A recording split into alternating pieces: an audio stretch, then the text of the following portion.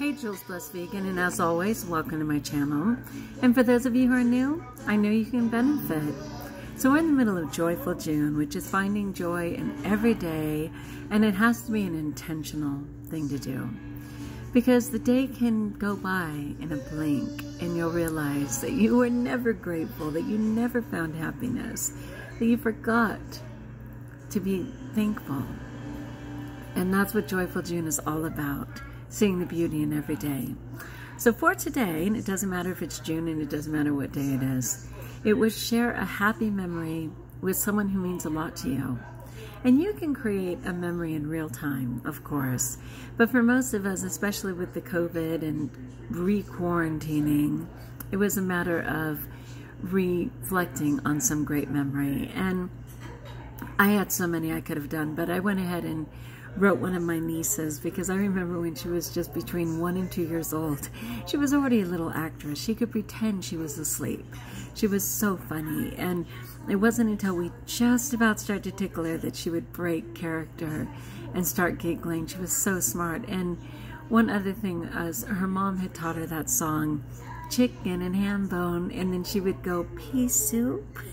It was the best. And of course she has children now, and she went on to teach her own children that, and it was just really cute, and it was just fun for us to giggle and have that happy memory. For tomorrow, it's look for something to be thankful for where you least expect it. And that is not an easy thing to do. So often we bring preconceived notions into every setting, right? Well, this is never good because the line is always so long. Maybe not today. Well, I know he's going to have attitude because he had attitude the last 3 times. Maybe not today, you know? How can you look for something to be thankful for where you least expect it? I'll give one example from today. I was out in 100-degree weather, and I was very busy taking care of all of the animals, and I was just in that mindset of, I need to just get this done, and let me wash out the, I was washing out the big water containers for the horses, and I was, sweeping out the barn, and I was just like doing all this stuff for the animals. And one more thing I just had to do was put water in the pig's pool. And I was on automatic pilot right up until her precious little self just went barreling into that silly little plastic pool, and she started snorting and moving her little body around, and she was in pure joy to be cooling off in this little $5 plastic pool. And all of a sudden I broke character because it just made me so happy to see her happy. So I definitely was thankful in an unexpected place. And that was fantastic. All right, for those of you who are sticking around, I have a talk more about this, and of course I'll include it in the description of the video, but it is also absolutely being grateful. And let me see, one momento, por favor. Oh, here it is. And it's actually the icon for this video. Today I will breathe deep through your nose if you can, which I cannot. That's it stuffed. Breathe deep and be thankful.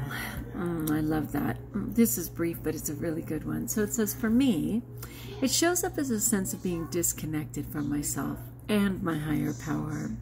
And I'm a 12-stepper, and higher power just means anyone outside of your body, because if you could have cared for yourself, within yourself, you would have.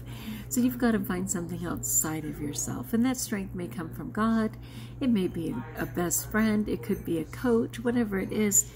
For some people, it's simply a little item that they say, just for today, I will tell this seal that you can be my higher power.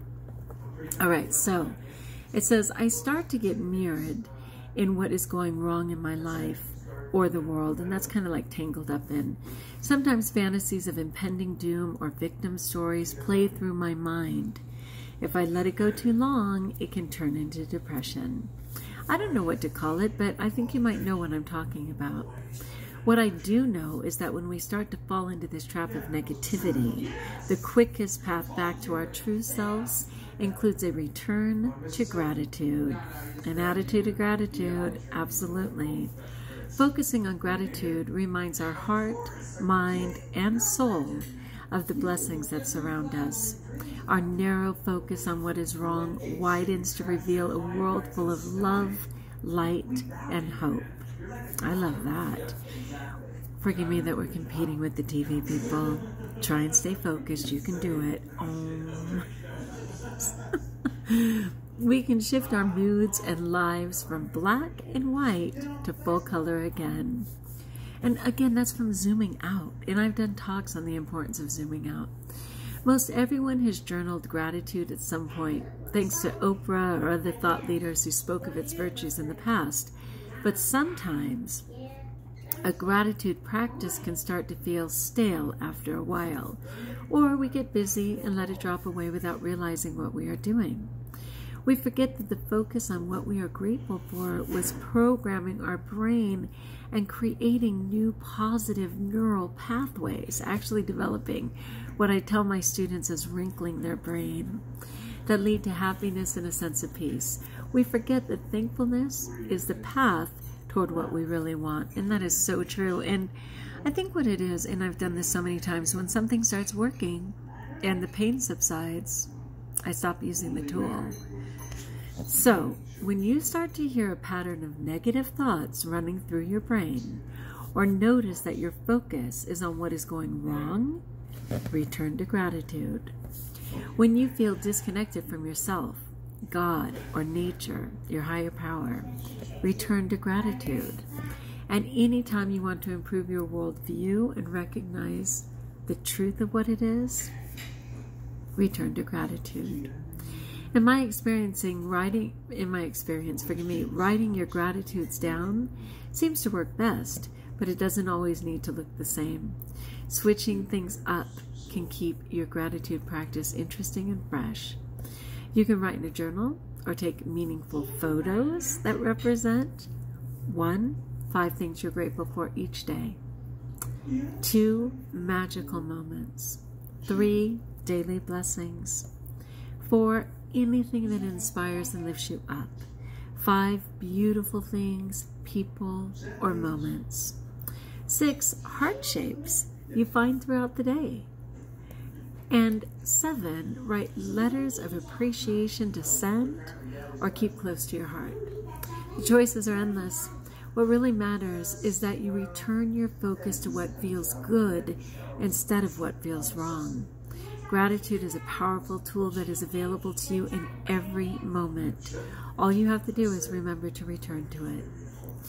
All right, that's it. That's the good news, people. That is the good news. We can be thankful in any setting, and getting back to thankful means gratitude. All right, my friends, like if you like, join us if you haven't, subscribe. Let me know in the comments below if you were able to focus despite the noise. Just kidding. In the comments below if I can support you, especially in prayer. And until we talk again, know that I pray for you and that you're blessed.